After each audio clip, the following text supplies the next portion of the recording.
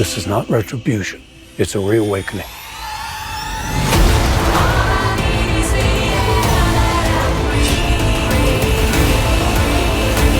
Live or die. The choice is yours.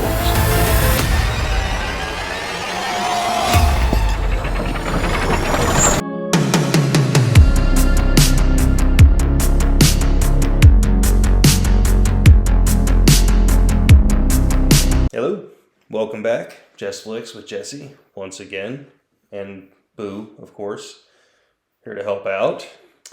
So today we're going to talk about Saw X, the 10th in the Saw franchise. Dear God, we've gotten here. Was it 19 years? 19 years we've been going on this this ride with John Kramer and all of his apprentices through several different movies, with several different levels of enjoyment, I guess I would say. Always been a fan. Let's go back. Let's go back to 2004. Okay, I can't remember what I saw the trailer for Saw on. Something tells me it was, God, what would it have been? Maybe it was Hostel? Did Hostel come out after that? I can't remember. I'm botching this already. So anyway, drug one of my buddies with me to go see this movie, as I usually did back then. A bunch of my friends, I don't think any of them were into horror movies, or even movies as much as I was. But I always had a few friends that were willing to go and tag along with me. So my buddy and I, we get to the theater about a half hour early from when it's supposed to start. We got in line. This is back before you could reserve seats and, shit like that. We were first in line, right on. So we sat there, we waited, no line formed. I was like, man, fuck, I guess we're going to be the only ones in this theater. Because I hated when that happened, because my friends rub it in like we really had to get here early for this, that kind of thing. But then about, I'd say half an hour after the movie was supposed to start, we're still sitting outside in line, and people started showing up, filing in behind us. And we were getting kind of pissed, like, what the hell's going on? Why aren't we in there watching the movie right now? It was supposed to start half an hour ago, So we're getting frustrated, we're getting angrier, probably a little stoned at the time, and it kind of dawned on us, or maybe we overheard somebody in line mention that it was the day we were supposed to set our clocks back. This is in October, of course, of 2004. Anyway, so we finally get in. I always tie that story into the Saw period. Whenever I think of Saw, I think of that dumbass time we were an hour and a half early for the movie to see Saw. Totally worth it.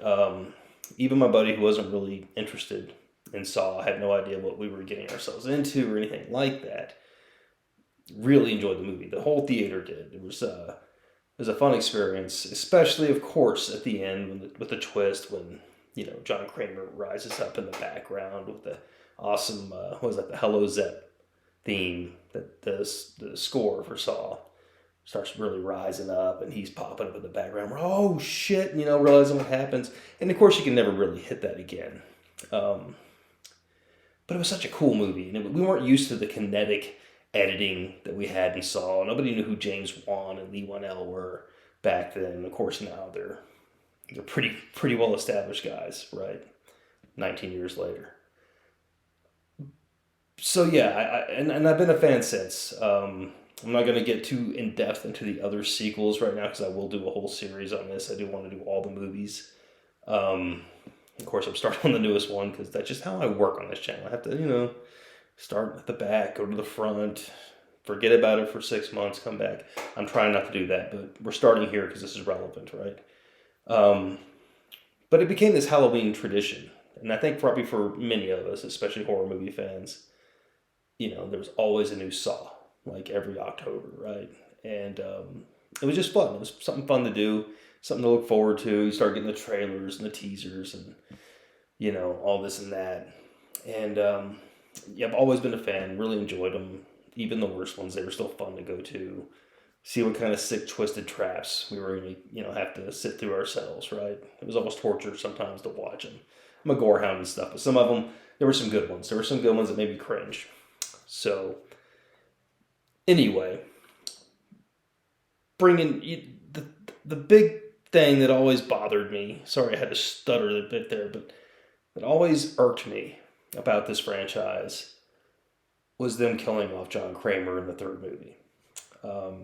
Which, I mean, I get it. He had cancer. That was like, the big catalyst for everything, really, was him being terminal. And very interesting. It was an interesting concept. You've got a killer that's, on limited time and whatnot. Or he's not really a killer, I guess, but yeah, he is. So it sucked, though, because he was really, I think I'm not alone in this opinion, but in my opinion, the most interesting character in the franchise to me. Very cool concept.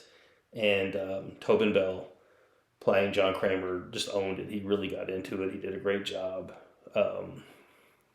Really liked him. He was real smart, real, his own set of morals and all this stuff. Questionable to us, of course, as you go through the movies, like with who was put into traps and was it really warranted to go this far with some of these people, right? But anyway, so killing him off and kind of passing the torch on to others throughout. I mean, I still think it worked in a lot of ways, and I'm not like hating on it too much. It's kind of the way to go, but it really felt like they kind of painted themselves into a corner where, as the series went on, we were trying to find ways to do all these flashbacks to include John Kramer or Jigsaw in these actual, these other movies long past when he's been dead. And they got more and more convoluted, probably, as a product of that. Didn't hate it. I kind of liked how, everything kind of would get woven together. It's kind of goofy, kind of annoying sometimes. You're like, oh, that was there the whole time, that kind of thing, right? That person was involved from the very beginning. Oh, now this person was involved from the very beginning also. It was still fun. I'm not hating. But, yeah, losing Jigsaw so early on, at least in such a long-running series, kind of sucked. It was kind of a bummer. And that brings me to Saw X, which I think was very, very, very cool. Very well done idea to take it back, to really give us, this is John Kramer's movie. This more than any of the others. The first one, he's, we don't even know who he is. The second one, he's definitely more predominant, and I liked it for that. I liked his interaction with Detective Matthews, Donnie Wahlberg, right? I thought that was great. But to take it back from, to place it between the first and second film and have it focus on John was great. Really good idea. And they accomplished something in this one that I don't think has ever really hit me right, and that's trying to get you to sympathize with John Kramer, with Jigsaw. They did it. They nailed it. They did a lot different in this. I mean, the first half hour, maybe even more. I didn't time it. I don't know exactly where things switch up, but it's not really. I mean, it's a Saw movie, but it's not a Saw movie. We didn't start with a trap. We didn't start, like a normal Saw movie starts. You start following John like after the events of the first movie, where he's still trying to come to terms with his cancer. Support groups. Trying to find a resolution or a cure or a treatment, and he believes he does. This is all in the trailer. I'm not going to give spoilers away. I know it's been out for a minute, but it hasn't been out that long, so I'm going to stay away from anything that wasn't really in the trailer.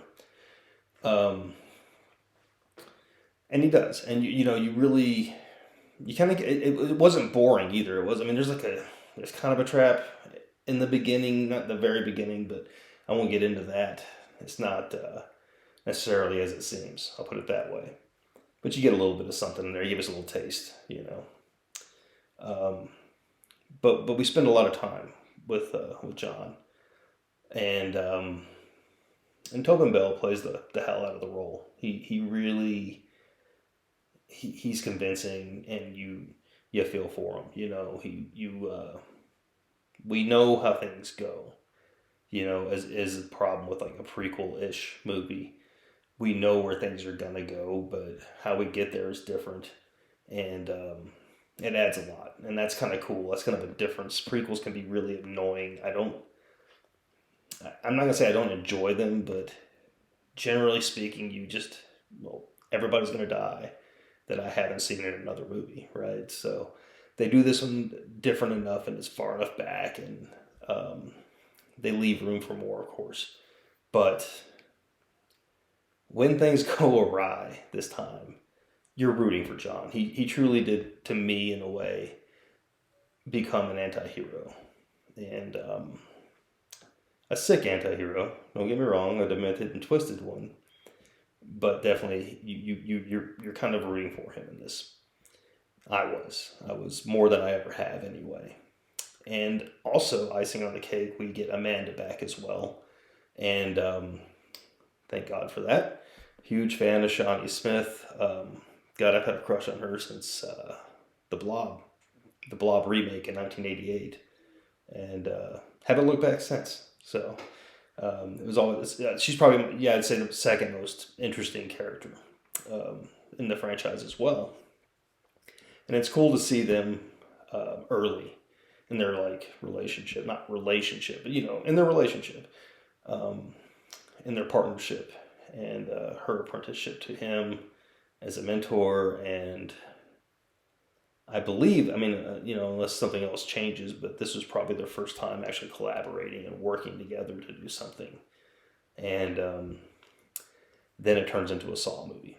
But not like one you've seen before. It's different. The way it's staged and stuff, and the interaction and things like that. It's a lot different and fresh. It felt fresh. It wasn't the same, kind of stuff we got burned out on in a way, like the kinetic editing, which is super cool. I used to make movies, or aspire to, but I made my own little movies, and they had that editing style in a lot of them because it was fun to do. You can make a movie look cool with that, but we're kind of far past that, I think, now, and I think they acknowledge that and they show it. So that's really cool. That's a nice change too. It's well shot. The traps or tests are pretty damn good in this one. I did feel like they went kind of more back to basics. Nothing super contrived, nothing super crazy. I know they always boasted throughout the series that all the traps were plausible or functional or whatever, like they could be done, but some of them it got like a little crazy where you're like, really complex mousetrap, Rube Goldberg type stuff, right? Not necessarily the case in this one. They're very much more direct, very closer to like the first or second movie to me, and how they play out and how people do it. He's like directly testing somebody, and I thought it was very effective. And there's some that are quite squirm-inducing. Again, I'm not really a wuss about that kind of stuff. I love horror movies. I'm not necessarily a gore hound or a torture porn kind of guy, but they were done really well. And some of them had me squirming quite a bit. I'm not going to lie. The characters and stuff, again, I'm not going to go 100%. I don't want to go into spoilers or anything like that, but the people that are being tested and all the people that are involved that John is after right now in this one, there's some you kind of question, is it, well, I won't say that. I'd say they're pretty warranted, I guess, especially in the scheme of the grander scheme of the franchise.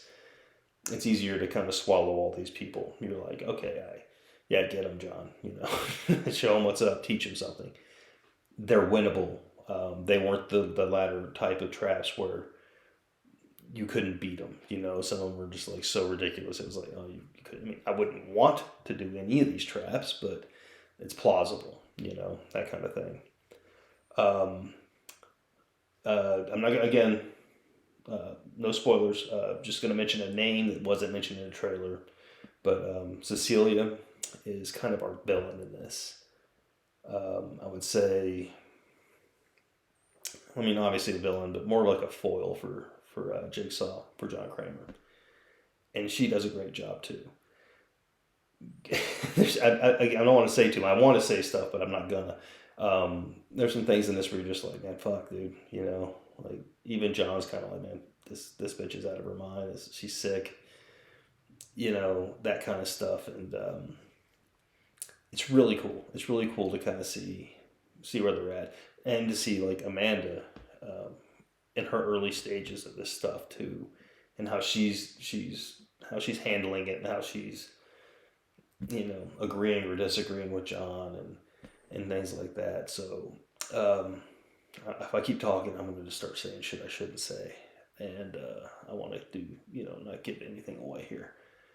Well made, different enough. Like, it's definitely a Saw movie, but it feels so fresh. Just a different approach, and I really liked it. And it's something to say when the 10th movie in a franchise like this, a horror movie franchise, like a splattery,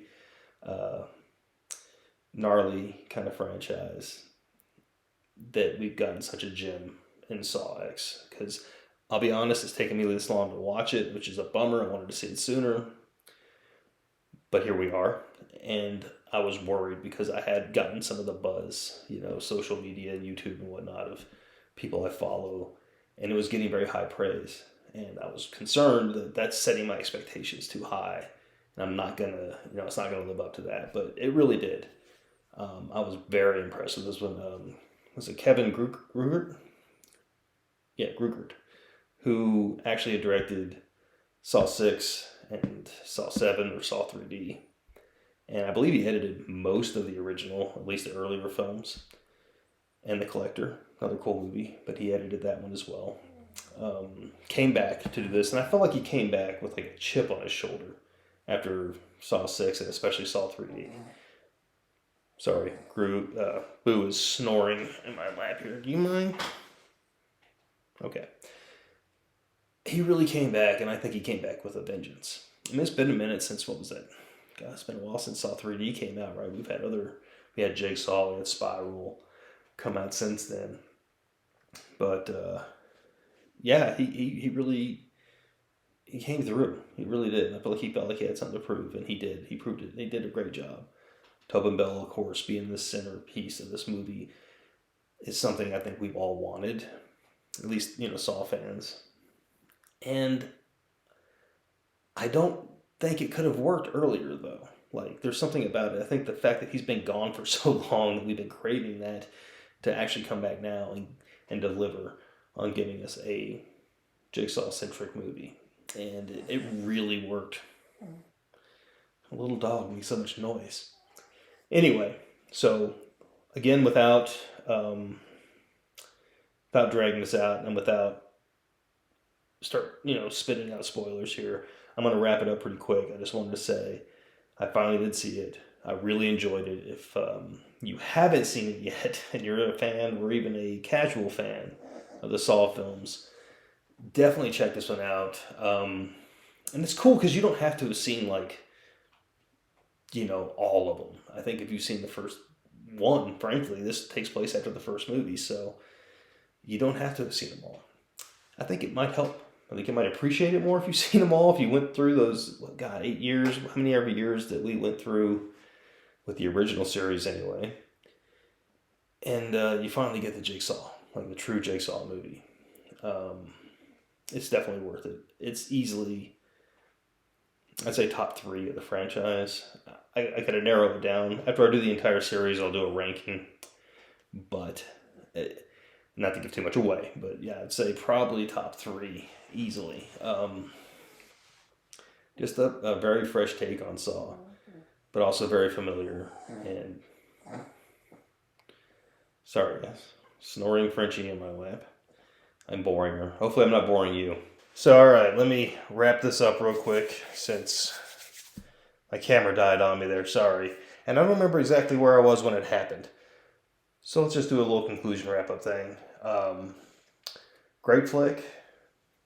Top 3 of the Saw franchise for me. 8 out of 10 on the score. Great acting, amazing directing, fantastic story.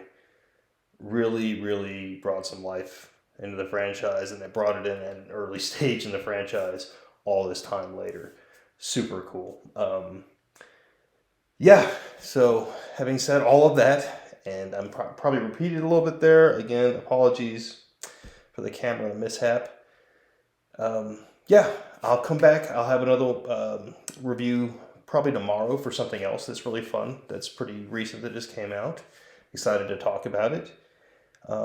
Yeah, please, if you haven't already, hit the like button if you like the video. If you're interested in seeing more of my stuff, I'd appreciate it if you'd hit the subscribe button. It's right next to the like button. And please, as always, share your thoughts below if you liked the movie, if you didn't like the movie, if you got disagreements with what I said, or you agree with what I said. Any of it. Just be nice to each other. And yeah, until next time, take care.